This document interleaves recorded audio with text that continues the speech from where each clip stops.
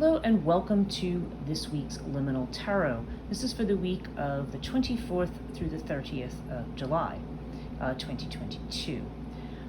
Now the influences this week there seems to be a theme here of rectification, sort of the idea of rectification coming before progress. But also there's the idea of expansion, of not being afraid, of reaching out, and also of expressing our creativity.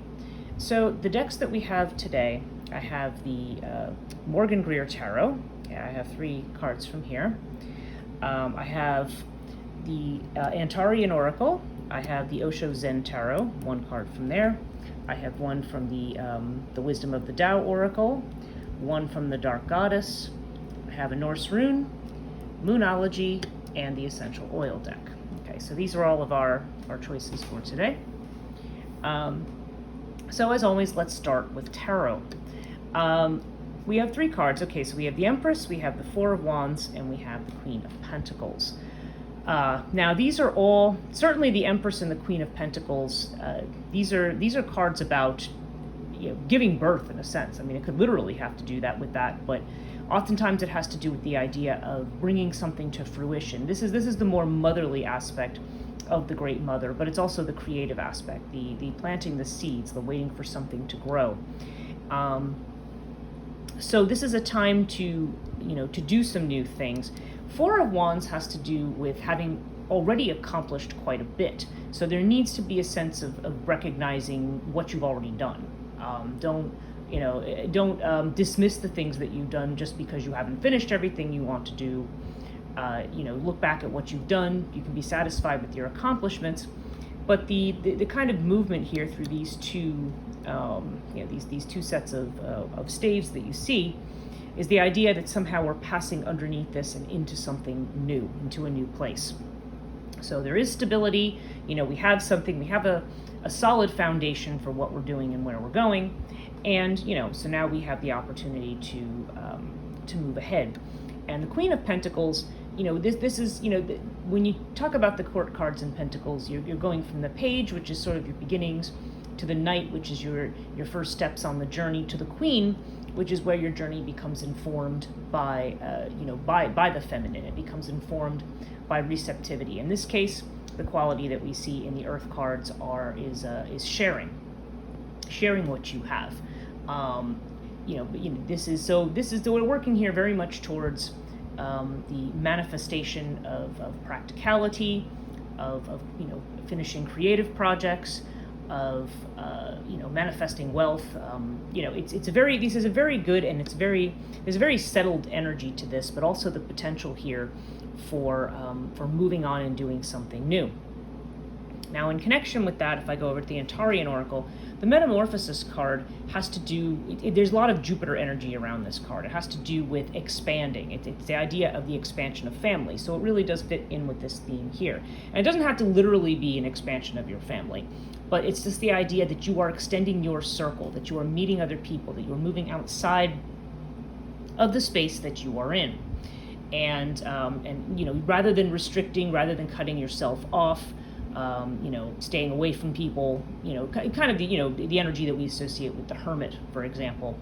This is the opposite of that, and it's also about opening yourself up to new ideas. This is a very anti-xenophobia card, because it is about looking towards the future with new eyes.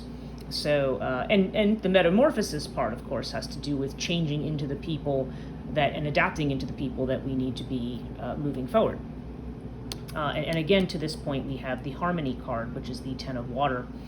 And, this again is about the idea of being open and being receptive. You can facilitate this change, and you can facilitate things by being open and allowing whatever wants to express itself flow through you. So, definitely, this is a very ripe area for new ventures, starting new things. Could be, could be a new job, could be a new house. Could be additions, could be literal additions to your family, could be just, a new perspective or a change of direction for you. So nonetheless, that kind of energy is all supported this week. Now up here, we have the longevity card with the card for Skadi in the deck, which has to do with atonement. I feel that these three, and the Norse rune we have is Ansu's, and it is reversed. So let's talk about these. So longevity has to do, and Skadi both have to do with coming to the end of a difficult cycle. Okay, there's a point, you reached a point in your life where, or at least you reached a point, you know, in the progress of your life, that you probably have been through quite a lot recently. You may have been tested, you may have had to work very hard, but now is a time for, as Skadi notes, atonement. There may be a situation that has to be rectified. There could be, if there's, bad blood between people, maybe it needs to be sorted out. Longevity would suggest the need to put yourself back in balance, both physically, mentally, emotionally, that you are working to take care of yourself. Often recommended are meditation practices, paying attention to your health, diet, exercise, things like that, very practical things. But again, this idea of atonement or rectification goes along with Ansu's reversed, because Ansu's reversed literally means rectification must come before progress, but it also means consider the uses of adversity.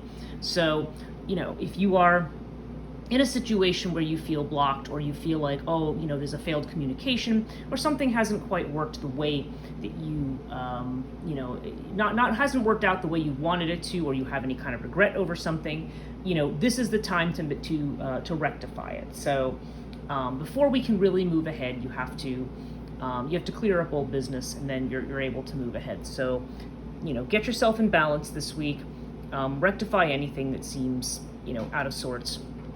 And again, we have with Moonology, we have the full moon in Leo. It says, don't let pride get in your way. This, again, is a card of rectification. It's a card of, looking at those things that have, perhaps you've not had the confidence in, that have not been going the way that you think, and, and figure out, look to see here where fences can be mended. It's not about revenge. It's about reconciliation. It's about forgiveness. And it's about,